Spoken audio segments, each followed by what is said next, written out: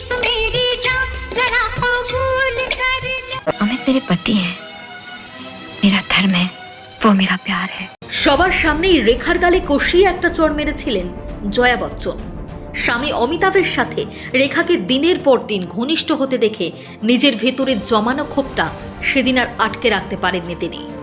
যে মেয়েটাকে ইন্ডাস্ট্রির কঠিন দিনে নিজের ফ্ল্যাটে এনে ছোট বোনের মতো ভালোবেসে বুকে টেনে নিয়েছিলেন, সেই রেখাই যখন পিঠে ছুরিটা মারলেন তখন জয়া বচ্চন আর কী বা করতেন?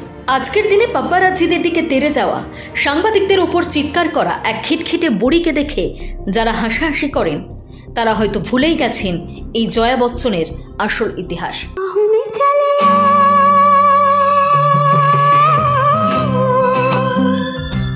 मेरी भीगी भीगी सी पलकों पे रह गए जैसे मेरे सपने।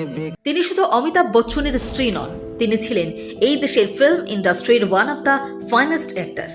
সত্যজিৎ রায়ের জহুরি জাতে চিনে নেওয়া মহানায়ক উত্তম কুমারের ধানি লঙ্কা আজ কিভাবে সোশ্যাল মিডিয়ার সস্তা মিমের খোরাক হয়ে গেলেন?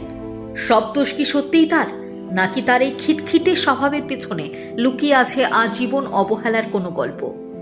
আজ বিনোদন 365-এ শোনাবো বলিউডের সবচেয়ে হাই প্রোফাইল স্ক্যান্ডালের গল্প, যেটা শুনলে আপনিও ভাবতে বাধ্য হবেন যে আসল দোষটাকে।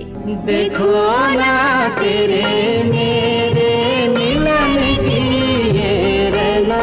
জয়া ভাদুরী ছিলেন কলকাতার এক বাঙালি পরিবারের অত্যন্ত স্বাধীন চেতা, স্পষ্ট বক্তা আর জেদি মেয়ে।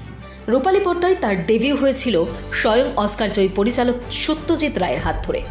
1963 সালের মহানগর সিনেমায় সত্যজিৎ রায় জয়া বচ্চনের চোখের ধার দেখেই বুঝেছিলেন এই মেয়ে সাধারণ নয়। এরপর পুনে ফিল্ম ইনস্টিটিউট থেকে গোল্ড মেডেল নিয়ে জয়া যখন বলিউডে পা রাখলেন, তার কাজল কালো চোখ আর চটপটে অভিনয় দেখে মুগ্ধ হয়ে গেছিলেন মহানায়ক উত্তম কুমারও।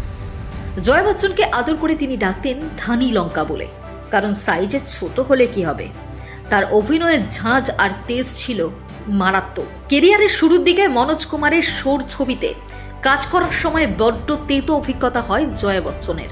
শোনা যায় মনোজ কুমার নাকি বারবার তাকে পোশাক ঠিক করতে বলতেন। মনোজের পুরুষালী নজর জয়া বচ্চনের পছন্দ হয়নি। আত্মসম্মান এলাকায় তিনি স্পষ্ট জানিয়ে দেন আর কোনোদিন মনোজ কুমারের সাথে কাজ করবেন না। গোটা পুরো কেরিয়ারে তিনি সেই কথাই রেখেছিলেন জয়া বচ্চন। ভাবতে পারছেন তার অরা কেমন ছিল? জয়া তখন বলিউডের 1 নম্বর রানী। তার নাম শুনলে ছবির বাজেট পাস হতো। আর ওদিকে অমিতাভ বচ্চন একের পর এক ফ্লপ ছবি দিয়ে ইন্ডাস্ট্রি থেকে প্রায় পাত্তারি গোটানোর মুখে দাঁড়িয়ে এক লম্ব স্ট্রাগলার। এরকম একটা কঠিন সময়ে অমিতাভ বচ্চনের হাত ধরেছিলেন জয়া বচ্চন। কেউ যখন অমিতাভজির সাথে স্ক্রিন শেয়ার করতে রাজি হচ্ছিল না, তখন জয়া নিজের স্টারডম বাজি রেখে অমিতজির পাশে এসে দাঁড়িয়েছিলেন। आजकल आप बहुत अकेले से लगते हैं, मैंने तय कर लिया अब मैं नहीं गाऊंगी। मेरे अकेलेपन के साथ तुम्हारे गाने ना गाने का क्या संबंध? জঞ্জির সিনেমায় জয়া বচ্চন সই করেছিলেন শুধু অমিতাভ বচ্চনের কেরিয়ারটা বাঁচানোর জন্য, আর সেই ছবি অমিতাভকে বানিয়ে দিল অ্যাংরি ইয়াং ম্যান। কিন্তু নিয়তির খেলা দেখুন, জয়া বচ্চন অমিতজিকে ভালোবেসে নিজের কেরিয়ারের আকাশ ছোঁয়া স্টারডমকে এক লহমায় বিসর্জন দিয়ে দিলেন। তিনি স্রেফ ভালোবাসায় ভরা একটা সংসার চেয়েছিলেন। অমিতাভ বচ্চনের শর্ত ছিল বিয়ের পর জয়া আর ফুল টাইম হিরোইন হিসেবে কাজ করতে পারবেন না। জয়া বচ্চনও কোনো দ্বিধা না করেই কেরিয়ারের পিক টাইমে বলিউডকে বিদায় জানিয়ে দিলেন। নিজেকে বন্দী করে দিলেন অমিতাভ বচ্চনের সংসারের 4 দেওয়ালে।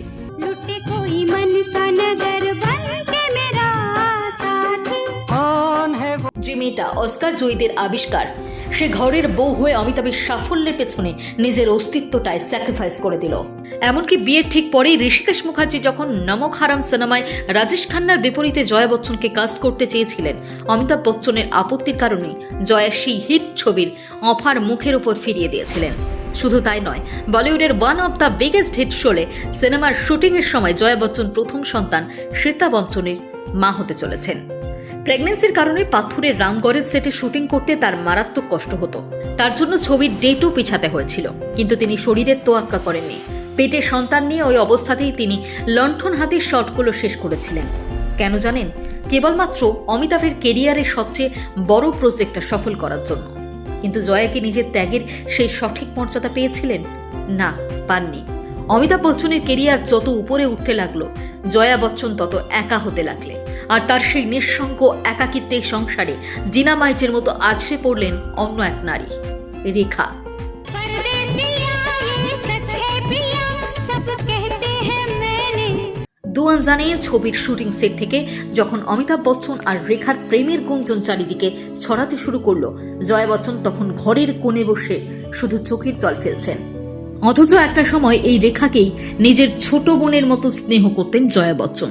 তিনি যখন বলিউডের টপ হিরোইন, রেখা তখন নিজের ভারী শরীর আর শ্যামলা রঙের জন্য ইন্ডাস্ট্রিতে ট্রোল হতেন। সেই কঠিন দিনে জয়া রেখাকে তার ফ্ল্যাটে এনে সঙ্গ দিতেন। রেখার মেকআপ থেকে ড্রেসিং সেন্স বদলে ওনাকে গ্রুম করতে সাহায্য করেছিলেন।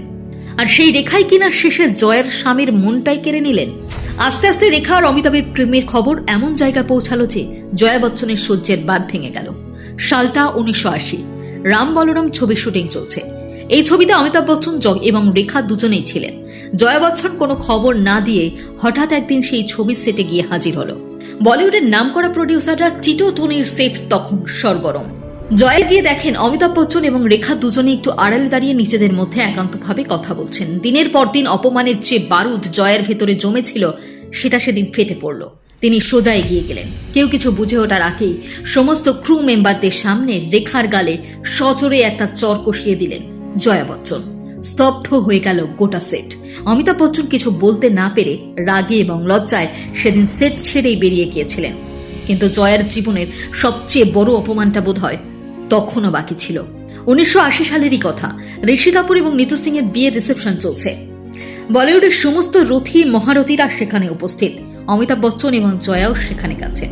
কিন্তু হঠাৎ করে পুরো অনুষ্ঠান বাড়ি স্তব্ধ হয়ে গেল। রিসেপশনে এন্ট্রি নিলেন রেখা। সমস্ত ক্যামেরা তার দিকেই তাক করা। রেখার পরনে গর্জিয়াস শাড়ি, কপালে সিঁদুর, গলায় মঙ্গলসূত্র। রেখার তো তখন বিয়েই হয়নি, তাহলে কার নামে সিঁদুর তিনি সিঁথিতে পড়েছেন তিনি? গোটা অনুষ্ঠান জুড়ে শুরু হয়ে গেল ফিসফার। শুধু তাই নয়, সিঁদুর পরে এসেই রেখা সোজা অমিতাভ বচ্চনের কাছে গিয়ে কথা বলতে শুরু করলেন।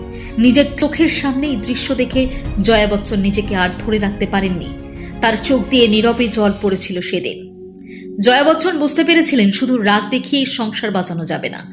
তাই বাঙালি পরিবারের সুশিক্ষিত মেয়েটা সংসার বাঁচাতে একটা অন্য চাল চেলেছিলেন। একদিন অমিতাভ বচ্চন যখন মুম্বাইয়ের বাইরে শুটিং এ ব্যস্ত, জয়া অত্যন্ত ঠান্ডা মাথায় রেখাকে নিজের বাড়িতে ডিনারে আমন্ত্রণ জানান। সেদিন সারা রাত ওনাদের মধ্যে সিনেমা, গ্ল্যামার আর নানা গল্প হলো। কিন্তু জয়া বচ্চন একটা বারের জন্য অমিতজির নাম নিজের মুখে আনলেন না। কিন্তু ডিনার শেষে রেখা যখন বাড়ি ফিরে যাচ্ছেন, জয়া বচ্চন তার গাড়ির দরজায় দাঁড়িয়ে একটাই কথা বলেছিলেন, আমি কিন্তু আমার সংসার কোনোদিনই ছাড়বো না।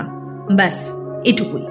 1981 সালে যশ চোপড়া যখন এই তিনজনকে নিয়ে তৈরি করলেন সিলসিলা, তখন পর্দা ত্রিকোণ প্রেমের নোংরা বাস্তবটা পুরো দুনিয়ার সামনে চলে এলো। ছবির স্ক্রিপ্ট আর ওনাদের আসল জীবন যেন হুবহু এক হয়ে গিয়েছিল। ছবির একটা গানে যখন অমিতাভ আর রেখা নাচছেন আর জয়া একলা দাঁড়িয়ে জানলা দিয়ে ওনাদের দেখছেন, সেটা কি স্রেফ অভিনয় ছিল? ওহ, ওটাই ছিল জয়া বচ্চনের জীবনের আসল ট্র্যাজেডি। পুরো দুনিয়া তার চোখের সামনে তার স্বামীকে অন্য এক নারীর বাহুল্যে দেখে হাততালি চিটছিল। আর জয়া বচ্চন ভেতরে ভেতরে তিল তিল করে মরে যাচ্ছিলেন। কোন নারীর পক্ষেই বোধহয় এটা সহ্য করা সম্ভব নয়। অনেকে বলেন এই সিলসিলা সিনেমার পর থেকে জয়া বচ্চনের মানসিক ভারসাম্য ধাক্কা খেতে শুরু করে। কিন্তু ট্র্যাজেডিটা দেখুন, যে পুরুষরা জয়া বচ্চনের আত্মসম্মান ধুলোয় মিশিয়ে দিয়েছিলেন, তার জন্যই জয়া বচ্চন আবার ক্যামেরার সামনে দাঁড়িয়েছিলেন। 90-এর দশকের শেষের দিকে অমিতাভ বচ্চন কোম্পানি এভিসিএল যখন দিনায় ডুবে দেউলিয়া হয়ে গিয়েছিল, বচ্চন ফ্যামিলি যখন কোটি কোটি টাকার ঋণের মুখে দাঁড়িয়ে, তখন এই জয়া বচ্চনই আবার সংসারের হাল ধরেছিলেন। 20 বছর পর তিনি কামব্যাক করেছিলেন ফিজা আর কভি খুশি কভি গাম দিয়ে। জয়া বচ্চনকে নিয়ে আজ খুব ট্রোল হয়। ট্রোল হওয়ার মতো কাজও যে তিনি করেন সেটা অস্বীকার করার উপায় নেই। লোকে বলে জয়া বচ্চনকে বিয়ে করে অমিতাভ বচ্চন ফেসে গেছেন, কিন্তু আমি সেটা মানতে পারি না। জয়া বচ্চন তো নিজের অধিকারটুকু চেয়েছিলেন, কিন্তু যাকে বোন ভেবেছিলেন সে দিল ধোঁকা, আর স্বামী দিল অবহেলা। তাই প্রশ্নটা তো উঠেই যায়, আসল দোষী কে, রেখা না জয়া, নাকি খোদ অমিতাভ বচ্চন? কমেন্টে লিখুন আপনার মতামত, কারণ আপনাদের মতামতগুলোই আমাদের অনুপ্রেরণা যোগায়। ভালো থাকুন, সুস্থ থাকুন এবং অবশ্যই বিনোদনে থাকুন।